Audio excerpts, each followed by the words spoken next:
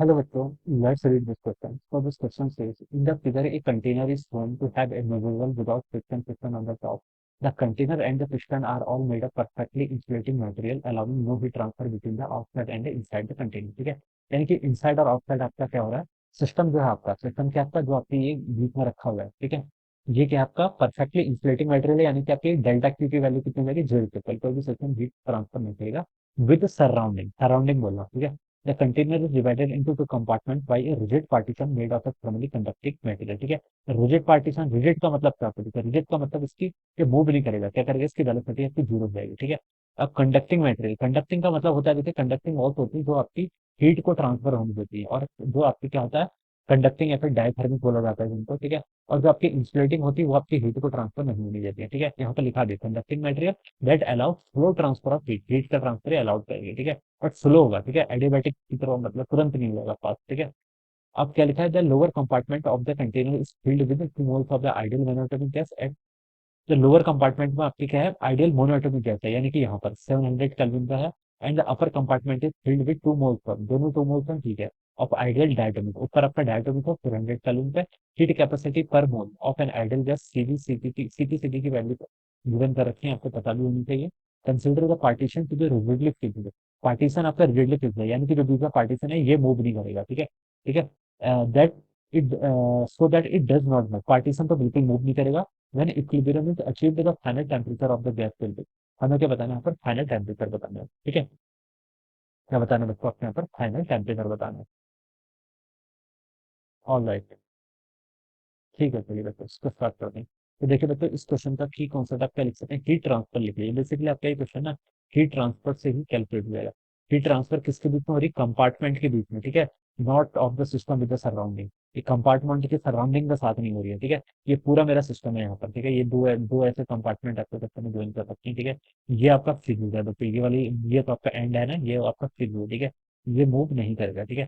और ये जो आपकी ये वाली बाउंड्री है ये भी आपकी फिक्स है, ठीक है। ये जो आपकी ये क्वेश्चन बोला गया ना, जो पार्टीशन है, ठीक है, वो भी क्या आपका फिक्स है। तो यहाँ पर आपका चेंज इन वॉल्यूम क्या आएगा आपका, जीरो के, यानी कि वॉल्यूम कांस्टेंट रहेगी, ठीक है, क्या रहेगी, वॉल्यूम कांस्टेंट रहेगी। इस रीजन पर आप बता सकते हैं वॉल्यूम विल बी कांस्टेंट, ठीक है।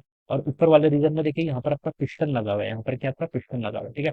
पिस्टन आपका मूवेबल है, क्वेश्चन में बोला गया पिस्टन क्या आपका मूवेबल है, तो पिस्टन क्या कर सकता है, मूव कर सकता है। एक हिंट और दे के देखिए, जो आपका नीचे वाला चैम्बर है ना, द लोअर कंपार्टमेंट, इसका टेम्परेचर 700 केल्विन के इक्वल है, ठीक है, 2 मोल्स है इसमें, ठीक है, 2 मोल्स रहता है। और गैस कौन सी आपकी लोअर कंपार्टमेंट में, आपकी मोनो एटॉमिक गैस है, आइडियल मोनो एटॉमिक गैस है, तो ये आपकी मोनो एटॉमिक गैस है, ठीक है। और ऊपर देखिए क्या बता रहा था आपका, डायटोमिक गैस है, ठीक है, 2 मोल्स, एन इक्वल टू 2 बोल दीजिए, और गैस किस टाइप की है आपकी, डायो एटोमिक है, ठीक है। और टेम्परेचर कितना दिया आपका, 400 केल्विन के इक्वल दिया हुआ है, ठीक है। तो ये इतने सारे पैरामीटर्स आपके क्वेश्चन में गिवन कर रखे हैं। तो देखिए बच्चों, नीचे वाले का टेम्परेचर 700 केल्विन है, तो ऊपर नीचे से क्या होगी, ऊपर आपकी हीट ट्रांसफर होगी, ठीक है, ये बता सकते हैं। नीचे वाले की आपकी वॉल्यूम कांस्टेंट है, ठीक है। ऊपर आपका पिस्टन क्या है, मूवेबल है, ठीक है, तो पिस्टन क्या आपका मूवेबल है, ठीक है। पिस्टन मूवेबल है, हीट ट्रांसफर होगी, तो हम बता सकते हैं ये कौन सी कंडीशन आपकी, ऊपर वाला आपका कांस्टेंट प्रेशर की कंडीशन आएगी, ठीक है। ऊपर वाले में आपका क्या रहेगा, प्रेशर कांस्टेंट रहेगा, क्या रहेगा आपका, प्रेशर कांस्टेंट रहेगा। पिस्टन आपका मूव कर रहा है तो वॉल्यूम तो कांस्टेंट नहीं रहेगा, ठीक है। तो लेकिन प्रेशर आपका क्या रहेगा, कांस्टेंट रहेगा, ये आप बता सकते हैं, ठीक है। अब बच्चों देखिए, हीट ट्रांसफर डेल्टा क्यू किसके इक्वल होता है, डेल्टा क्यू का फॉर्मूला होता है, आपके दो फॉर्मूला होते हैं, एक तो होता है आपका N C B delta T. इस फॉर्मूले का बच्चों यूज हम कब करते हैं, या एट कांस्टेंट वॉल्यूम, सीवी क्या आपकी specific heat capacity at constant volume, ठीक है। और दूसरा क्या होता है आपका, डेल्टा क्यू का formula N C P D delta T के इक्वल। ये फॉर्मूला कब वैलिड है आपका, ये फॉर्मूला आपका तब वैलिड है जब आपका प्रेशर कांस्टेंट रहता है, ठीक है, जो ऊपर वाले के लिए रहेगा, ठीक है। तो देखिए हीट आपकी ट्रांसफर हो रही है, नीचे वाला जो कंपार्टमेंट है ये तो क्या कर रहा है, हीट को लॉस्ट कर रहा है, और ऊपर वाला क्या करेगा, हीट को आपका गेन करेगा, ठीक है, ऐसे लिख सकते हैं, ठीक है। और हीट गेन और लॉस किस फॉर्म में जाती है, delta Q equal to change in internal energy plus work done के इक्वल होती है, ठीक है, ये हमने पढ़ा होगा किसमें, डेल्टा क्यू किसके इक्वल होती है, देखिए थर्मोडायनेमिक्स की लॉ है ना, first law, delta Q equal to delta U plus W, ठीक है। ये आपका N C B delta T होता है, और यहाँ से आपका पी डेल्टा वी, ठीक है। देखिए मैं इसको ऐसे लिख सकता हूँ, ठीक है, डेल्टा यू किसके इक्वल होता है आपका, N C B delta T के इक्वल होता है, N C B delta T के इक्वल। और वर्क डन किसके इक्वल होता है आपका, पी डेल्टा बी के इक्वल, और पी डेल्टा बी को हम क्या लिख सकते हैं, एन आर डेल्टा टी के equal at constant pressure, pressure constant लिया है मैंने, ठीक है। वर्क डन पीवी होता है, प्रेशर कांस्टेंट लिया तभी मैंने पी को बाहर ले लिया और डेल्टा बी कर रखा है, ठीक है। पी डेल्टा बी को मैं यहाँ से क्या लिख सकता हूँ मतलब आपका एन आर डेल्टा टी के इक्वल लिख सकता हूँ, ठीक है। तो यहाँ से डेल्टा क्यू का बचेगा, मैंने क्या बोला, प्रेशर कांस्टेंट है, तो मैं प्रेशर कांस्टेंट पे यहाँ पे डेल्टा क्यू की लिख ले रहा हूँ। तो यहाँ से देखिए आपका N C V plus N R, ठीक है, C V plus N R कितना होता है, N C V plus N R, N को बाहर रख लीजिए, सीवी प्लस आर हो जाएगा आपका सीपी के equal to CP delta T के इक्वल, ठीक है। तो this is the heat transfer at constant pressure, तो ये वाला फॉर्मूला हम यूज करेंगे ऊपर की है। नीचे आपकी वॉल्यूम कांस्टेंट है, तो यहाँ पर डेल्टा क्यू किसके इक्वल हो जाएगा, एंड सीवी डेल्टा टी के इक्वल, ठीक है। जितनी भी हीट आप देंगे, ठीक है, वर्क डन तो होगा नहीं क्योंकि वॉल्यूम कांस्टेंट है, तो ये टर्म आपकी जीरो हो जाएगी, और डेल्टा यू कितना होता है, एनसीवी डेल्टा टी के इक्वल, तो डेल्टा क्यू यहाँ से आ जाएगा, ठीक है। मैंने दोनों फॉर्मूला बता दिया आपके, ये वाले यूज करने, ठीक है। अब देखिए, अब इस क्वेश्चन को स्टार्ट करते हैं, ये हम डायरेक्ट यूज करते हैं, मैंने फिर भी इनको डिराइव करके बता दिया। अब बच्चा देखिए, नीचे वाला जो सिस्टम है वो क्या कर रहा है, हीट लॉस कर रहा है, ठीक है। हीट लॉस कर, मान लीजिए इन्होंने फाइनल टेम्परेचर, एक कॉमन टेम्परेचर टी को अटेन कर लिया, ठीक है। तो हीट लॉस तो बच्चा देखिए किसके इक्वल आएगा, हीट लॉस पे बेसिकली, ठीक है। ये आपका हीट लॉस है, तो मैं इसको लिख सकता हूँ आपका एन टाइम्स आपका सीवी कांस्टेंट वॉल्यूम है into delta T, delta T क्या, चेंज इन टेम्परेचर, ठीक है।